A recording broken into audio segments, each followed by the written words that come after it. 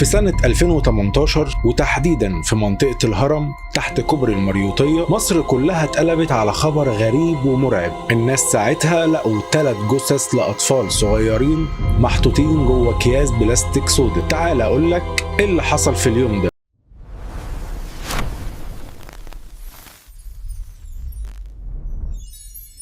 بس قبل ما نبدأ حلقتنا النهاردة ما تنساش تعمل اشتراك في القناة وتعمل لايك للفيديو علشان يوصلك كل جديد، وما تنساش تشوف فيديو محمود البنا وراجح هتلاقيه تحت في الديسكريبشن. قصتنا النهاردة بدأت لما شاب مصري كان نازل الصبح ورايح شغله، وهو كان ماشي لفت انتباهه 3 أكياس سودا مرمية على الأرض وطالع منها ريحة محدش يطيقها. الفضول هنا ساعتها هو اللي اتحكم فيه، قرب من الأكياس ولمس واحدة منهم ولقى عليها آثار دم، وساعتها هنا تاني الفضول هو اللي اتحكم فيه وقرر يفتح الكيسة. وأول لما بيفتح الكيسة بيتصدم بوجود جثة طفل صغيرة متقطع ومتشوه، وفتح الكيسة التانية لقى برضو نفس المنظر، وفي لحظة الدنيا اتقلبت. الأجهزة الأمنية اتحركوا بسرعة جدا أول لما جالهم بلاغ من الشاب ده، وطبعا اتعمل كردون أمني حوالين المكان، وعلى طول تم استدعاء خبراء المعمل الجنائي. وهنا ساعتها الإعلام والسوشيال ميديا اشتغلوا، والأخبار ساعتها قالت وأكدت إن الأطفال دول اتخطفوا واتسرق أعضائهم. وللأسف مصر ساعتها كانت عايشة في فترة مرعبة جدا، لأن ساعتها خطف الأطفال وسرقة أعضائهم كان هو اللي منتشر في الوقت ده، فالناس ساعتها صدقوا الأخبار وساعتها أكدوا إن هي فعلا جريمة خطف أطفال وسرقة أعضائهم. لكن الحقيقة الطب الشرعي كان ليه رأي تاني خالص. لما اتبعتت الجثث للفحص التقرير الأول قلب القضية 180 درجة. وأول مفاجأة هنا ال3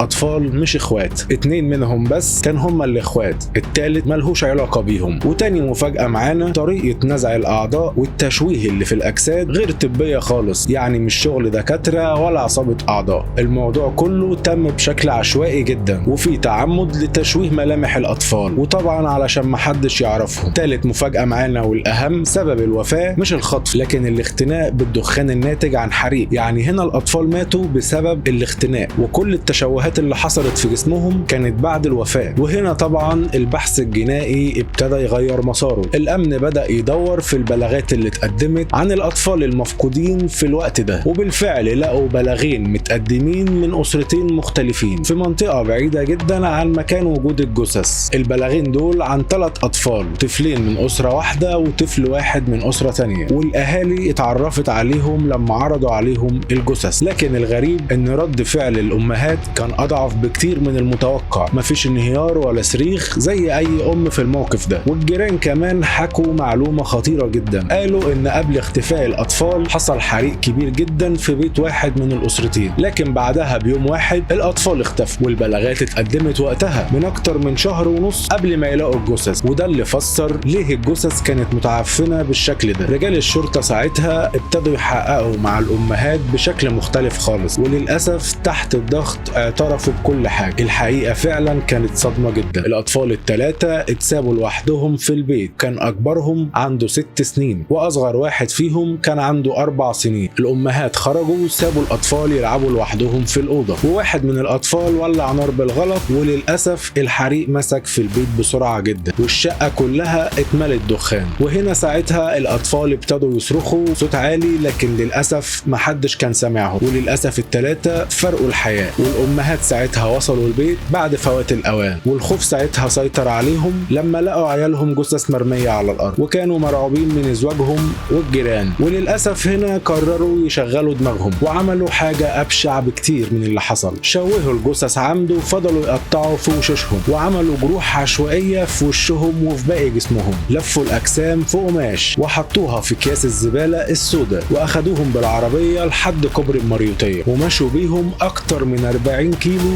ورموهم هناك. الفكرة كانت لما الناس يلاقوا الجثث يفتكروا ساعتها إن دي عملية خطف وسرقة أعضاء، خصوصا إن الإشاعات دي كانت منتشرة وقتها. لكن للأسف تقرير الطب الشرعي كشف كل حاجة، والأمهات هنا اتقبض عليها واتعرضوا على النيابة فورا واتحكم عليهم باللي يستحقوه. والخلاصة هنا في الكلام ده، لو ما كانش فيه طب شرعي دقيق القضية هنا ساعتها هتتسجل كجريمة خطف خطف وسرقة أعضاء، لكن الحقيقة طلعت مأساة أكبر، إهمال وقرار شيطاني من الأمهات ضيع حياة 3 أطفال. ولو الحلقة دي عجبتك ياريت تعمل اشتراك للقناة وتعمل لايك للفيديو علشان يوصلك كل جديد. أشوفكم الحلقة الجاية.